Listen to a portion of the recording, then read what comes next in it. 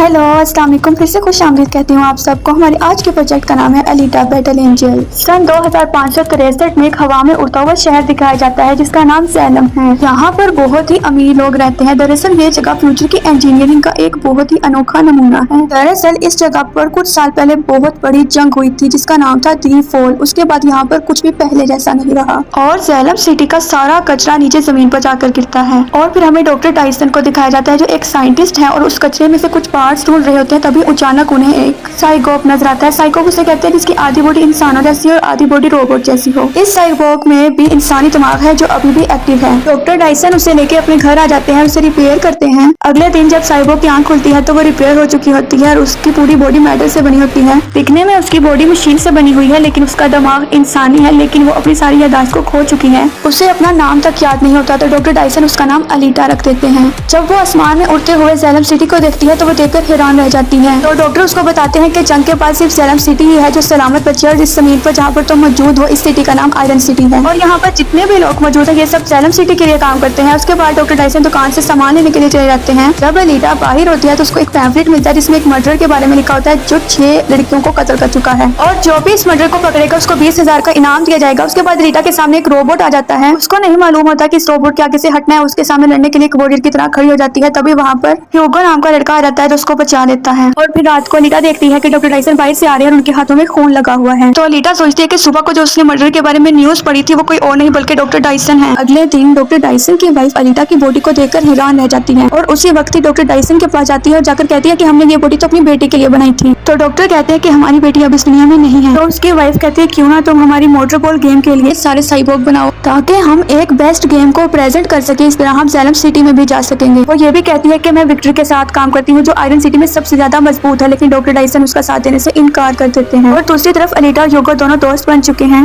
और वो दोनों एक जगह पर जाते हैं जहाँ पर सब वो गेम खेल रहे होते हैं जिसके बारे में डॉक्टर टाइसन की एक्स वाइफ बात कर रही रानी के मोटर बॉल। शुरू में अलीटा को गेम के बारे में कुछ भी समझ नहीं आता। उसके बाद उसे एक लड़का धक्का दे देता है तो इस बात से उसे गुस्सा आ जाता है। वो दोबारा से गेम खेलने के लिए खड़ी हो जाती है और इस बार बहुत अच्छे से गेम खेलती है जिसे देखकर सब हैरान रह जाते हैं। उसके बाद ह्यूगो अलीटा को एक ऐसी जगह पर लेकर जाता है जहाँ पर सारी सिटी दिखती है, यहाँ तक कि सैलम भी। ह्यूगो कहता है कि मैं भी एक दिन सैलम सिटी में जाना चाहता हूँ क्योंकि वहाँ पर वो सब कुछ है जो एक इंसान को चाहिए। जहाँ से तुम मिली थी डॉक्टर टाइसन को वो कचरा भी सैलम सिटी से ही आता है। लेकिन अलीटा कहती है कि मुझे कुछ भी याद नहीं है। फिर रात को जब डॉक्टर टाइसन अपने घर से निकल रहे होते हैं तो रीटा को उन पर शक होता है कि वो ही मर्डरर है तो वो उनका पीछा करती है। लेकिन जैसे ही डॉक्टर टाइसन किसी पर हमला करने लगते हैं तो वो उनको रोक देती है। लेकिन उनके सामने एक साइबोर्ग होता है जिसका नाम ग्रिविश्का होता है और वो डॉक्टर को हंटर वॉरियर कह के बुलाता है। हंटर वॉरियर उसे कहते हैं जो उन साइबोर्ग्स को मार देता हो जो क्राइम करते हो। उसी वक्त वहाँ पर एक और साइबोर्ग आ जाता है, डॉक्टर टाइसन पर हमला करता है लेकिन अलीटा उसको मार देती है। अब ये ग्रिविश्का भी अपनी चादर उतार देता है। वो बहुत मजबूत साइबोर्ग है लेकिन वो भी अलीटा के सामने टिक नहीं पाता। इसके बाद वो अलीटा को धमकी देके वहाँ से भाग जाता है। तो अलीटा डॉक्टर टाइसन से कहती है जब मैं उनसे लड़ रही थी तो मुझे मेरी माजी की कुछ यादें याद आई। जिन यादों में मैं चांद पर लड़ रही थी। फिर डॉक्टर उस साइबोर्ग का सर लेकर जिसे अलीटा ने मारा था एक फैक्ट्री में जाते हैं। उसके बदले उनको पैसे मिलते हैं। फिर डॉक्टर अलीटा को बताते हैं तुम्हारी ये जो बॉडी है ये पहले मैंने अपनी बेटी के लिए बनाई थी मगर मेरे ही बनाए हुए एक साइबोर्ग ने उसको मार दिया, इसलिए मेरी एक्स वाइफ जो है वो मुझसे अलग हो गई और उसके बाद मैं एक हंटर वॉरियर बन गया। उसके बाद हमें ग्रिविश्का को दिखाया जाता है जिसका एक बाजू अलीटा ने काट दिया था जो बहुत ज्यादा इंजर्ड होता है और वो डॉक्टर टाइसन की एक्स वाइफ की लैब में होता है। वो उसे ठीक करना चाहती है मगर तभी विक्टर वहाँ आता है और कहता है कि तुम इस टीन के डब्बे पर अपना टाइम जाया मत करो। लेकिन अगले ही पल उसकी आंखें नीली हो जाती हैं। उसके अंदर नोआ आ जाता है। नोआ वो है जो सबको कंट्रोल करता है। विक्टर भी उसके अंदर ही काम करता है। फिर वो डॉक्टर से कहता है कि तुम ग्रिविश्का को ठीक कर दो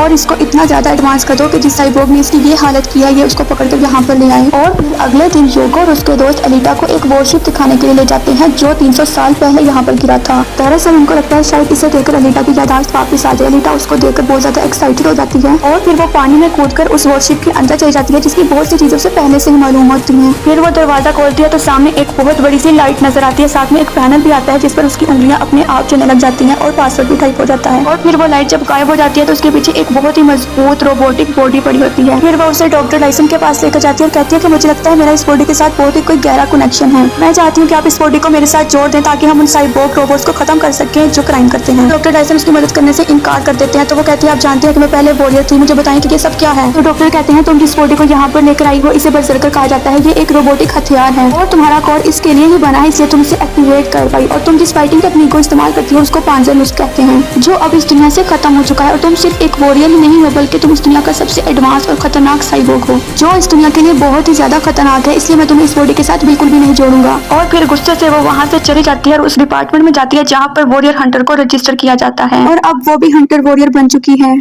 फिर वो वॉरियर हंटर के क्लब में जाती है और कहती है कि हमें ग्रीविश्का को मारना होगा, लेकिन कोई भी उसका साथ देने के लिए तैयार नहीं होता क्योंकि उसके ऊपर कोई भी सुपर पावर मौजूद नहीं। वहाँ पर एक वॉरियर हंटर ज़ैपन होता है, वो अलीटा की बॉडी का मजाक उड़ाता है, लेकिन अलीटा अपनी एक ही किक से उसको दूर फेंक देती है और बाकी सबको भी चैलेंज करती है कि अगर हिम्मत है तो मुझसे आकर लड़ो। तो सब उससे लड़ने लग जाते हैं। तभी वहाँ पर डॉक्टर डायसन आ जाते हैं और उनकी लड़ाई को रुकवाते हैं और फिर वहाँ पर ग्रीविश्का आ जाता है और वो अलीटा पर हमला कर देता है। दोनों के दरमियान बहुत ही खतरनाक वाली लड़ाई होती है। अलीटा अपनी पूरी कोशिश करती है, लेकिन ग्रीविश्का बहुत ज्यादा एडवांस हो चुका है और उसको अलीटा को मारने के लिए बनाया है, इसलिए वो अलीटा के टुकड़े कर देता है। उसी दौरान ही उसकी याददाश्त वापस आ जाती है। उसको याद आता है कि उसको तो नोवा को मारने के लिए बनाया गया था। नोवा वो है जो ज़ेलम सिटी को कंट्रोल करता है और ग्रीविश्का इससे पहले अलीटा को मारता है। वहाँ पर डॉक्टर डायसन और यूको दोनों आ जाते हैं, उनके साथ हंटर डॉग भी होते हैं और वो मिलकर ग्रीविश्का के ऊपर हमला कर देते हैं। फिर ग्रीविश्का को वहाँ से भागना पड़ता है। डॉक्टर डायसन अलीटा का सर उठाकर अपनी लैब में लाते हैं और बरसर्कर बॉडी के साथ जोड़ देते हैं। वो बॉडी अलीटा के कॉल को अच्छी तरह से जानती है, इसलिए वो उसे एक्सेप्ट कर लेती है। फिर डॉक्टर डायसन अलीटा से कहते हैं कि तुम्हें फैसला करना होगा, तुम अच्छाई का साथ दोगी या बुराई का। और वहीं दूसरी तरफ ग्रीविश्का बहुत ही बुरी हालत में विक्टर के पास जाता है और उसी ही पल विक्टर के अंदर नोवा आ जाता है और उससे कहता है कि तुम्हें किसी भी तरह अलीटा का दिल मेरे पास लेके आना होगा। और फिर अलीटा योगो से मिलती है और योगो कहता है कि मुझे वहाँ पर जाने के लिए $1 मिलियन की जरूरत है। दरअसल विक्टर ने उससे एक बार झूठा वादा किया होता है कि जिस दिन तुम्हारे पास $1 मिलियन होगा तुम ज़ेलम सिटी में जा सकोगे। ये सुनकर अलीटा उसको अपना दिल निकाल कर देती है और कहती है कि इसको बेचकर तुम्हें बहुत ज्यादा पैसे मिल जाएंगे क्योंकि ये बहुत ज्यादा कीमती है। और वैसे इसलिए करती है क्योंकि वो योगो को पसंद करती है, लेकिन योगो उसका दिल लेने से इनकार कर देता है और उसको कहता है कि तुम्हें मोटरबॉल कंपटीशन में हिस्सा लेना चाहिए और अगर हम उस कंपटीशन को जीत गए तो हमें ज़ेलम सिटी जाने का मौका मिल जाएगा। अलीटा उसकी बात मान जाती है। उसके बाद फिर वो ट्रायल के लिए जाती है, डॉक्टर उसको तैयार करते हैं और वहीं दूसरी तरफ विक्टर बाकी साइबोर्ग से कहता है कि आज रात गेम नहीं होगी बल्कि आप सबका मिशन है कि आपने अलीटा को मारना है और जो भी ऐसा करेगा उसको $5 लाख का इनाम दिया जाएगा। और वहीं दूसरी तरफ योगो जो अलीटा के पास जा रहा होता है वो देखता है कि उसके 2 साइबोर्ग्स के पार्ट्स को चोरी कर रहे हैं। दरअसल वो पहले यही काम करता था, लेकिन उसने ये काम छोड़ दिया। वो उससे मना कर रहा होता है। तभी वहाँ पर ज़ैपन आ जाता है जो दरअसल अलीटा से बदला लेना चाहता है। उसको पता है कि अलीटा को योगो पसंद है, तो वो कहता है कि अलीटा से पहले मैं योगो को मारूंगा। तो वो योगो के पास चला जाता है और योगो कहता है मैंने तो कोई क्राइम नहीं किया। उसी वक्त ही ज़ैपन एक साइबोर्ग को मार देता है और उसके मर्डर का इल्जाम योगो पर लगा देता है, लेकिन ज़ैपन के मारने से पहले योगो उस पर बॉम्ब फेंक देता है और वहाँ से भाग जाता है। और वहीं दूसरी तरफ दिखाया जाता है कि गेम शुरू हो गई है। अलीटा भी वहाँ मौजूद है और बाकी साइबोर्ग भी जो वहाँ पर अलीटा को मारने के लिए मौजूद है। अलीटा बड़ी बहादुरी से और समझदारी से सबको एक एक करके खत्म कर रही होती है। तभी उसको योगो का फोन आता है। वो उसको सारी बात बताता है कि ज़ैपन उसका पीछा कर रहा है। अलीटा वहाँ पर गेम छोड़कर उसके पीछे चली जाती है। उसके जाते ही वो बाकी साइबोर्ग भी उसका पीछा करते हैं, लेकिन वो उन सबको मार देती है और उस जगह पर पहुंच जाती है जहाँ पर योगो होता है। ज़ैपन उसको मारने वाला ही होता है कि अलीटा उसको बचा लेती है, लेकिन तभी वो देखती है कि योगो के ऊपर $30,000 का इल्जाम लग चुका है क्योंकि ज़ैपन ने उस पर मर्डर का इल्जाम लगाया था। तो योगो कहता है कि मैंने किसी का भी मर्डर नहीं किया, बल्कि हम तो बस पार्ट्स चोरी करके उनसे पैसे कमाते थे। ज़ैपन कहता है कि तुम यहाँ से हट जाओ, मुझे इसे हर हाल में मारना होगा और कहता है कि मेरे पास लाइसेंस है, मैं किसी भी मर्डरर को मार सकता हूँ। लेकिन अलीटा कहती है कि मैं इसे खुद मारूंगी, मगर वो ऐसा नहीं कर सकती है। तभी ज़ैपन उसको तलवार से मार देता है। तभी वहाँ पर दूसरी सिक्योरिटी भी आ जाती है जो योगो को मारकर अपने साथ लेकर जाने जाती है, लेकिन तभी अलीटा उसको अपने साथ अंदर ले जाती है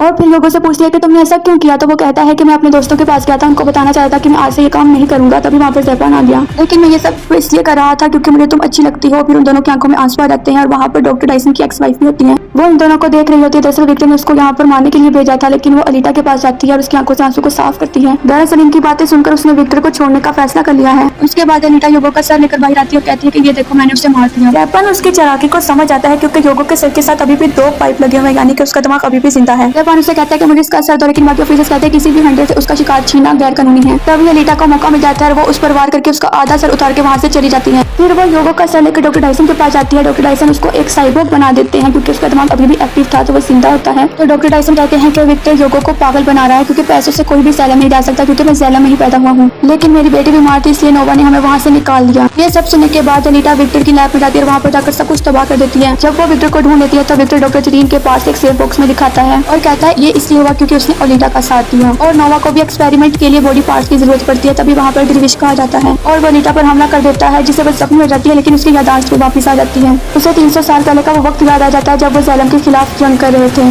जहाँ पर उसके सारे साथी खत्म हो गए थे और उसके आयरन सिटी में गिरने से पहले उसके साथी ने कहा था कि अगर तुम जिंदा बच जाओ तो तुम ज़ेलम को खत्म कर देना। ये सब याद आने के बाद वो गुस्से से भर जाती है और ग्रीविश्का के ऊपर एक जोरदार हमला कर देती है और अपनी तलवार के जरिए उसके 2 टुकड़े कर देती है। इसके बाद वो विक्टर को भी मार देती है। फिर वहाँ पर जाती है जहाँ पर योगो होता है। वो एक पाइप पर चढ़कर भाग रहा होता है। अलीटा उसको रोकती है तो वो कहता है कि मेरे ऊपर एक मर्डर का इल्जाम है और कोई भी हंटर मुझे पकड़कर मार देगा। तो अलीटा कहती है मैं यहाँ पहले भी आ चुकी हूँ, नोवा हम दोनों को पकड़कर मार देगा। तो योगो उसकी बात मान जाता है, लेकिन इससे पहले वो नीचे उतरता नोवा उन पर एक खतरनाक हथियार छोड़ देता है। इससे योगो के बॉडी के टुकड़े हो जाते हैं। अलीटा उसका बाजू पकड़ लेती है, लेकिन वो ज्यादा देर पकड़ नहीं सकती और और फिर वो नीचे गिर जाता है और उसकी डेथ हो जाती है। एलिटा का दिल गुस्से से और दुख से भर जाता है। फिर कुछ टाइम के बाद दिखाया जाता है कि एलिटा मोटोबॉल की एक बहुत बड़ी चैंपियन बन चुकी है और आज एक गेम में फाइनल मुकाबला है। और फिर पूरा क्राउड उसको चीयर कर रहा होता है, लेकिन वो अपनी तलवार को ज़ैलम की तरफ करके दिखाती है और उसके इस एक्शन को नोवा भी देख रहा होता है और उसके इस एक्शन से समझ आता है कि आज नहीं तो कल एलिटा यहाँ ज़ैलम में जरूर आएगी। इसी के साथ ही हमारी ये कहानी यहाँ पर खत्म होती है। लेकिन जाने से पहले आप सबसे कहना चाहेंगे, अगर आप सबको हमारी वीडियोस पसंद आती हैं तो काइंडली लाइक शेयर कमेंट करते हैं और सब्सक्राइब भी करते हैं और बेल आइकन को प्रेस भी करते हैं। Thank you so much for watching.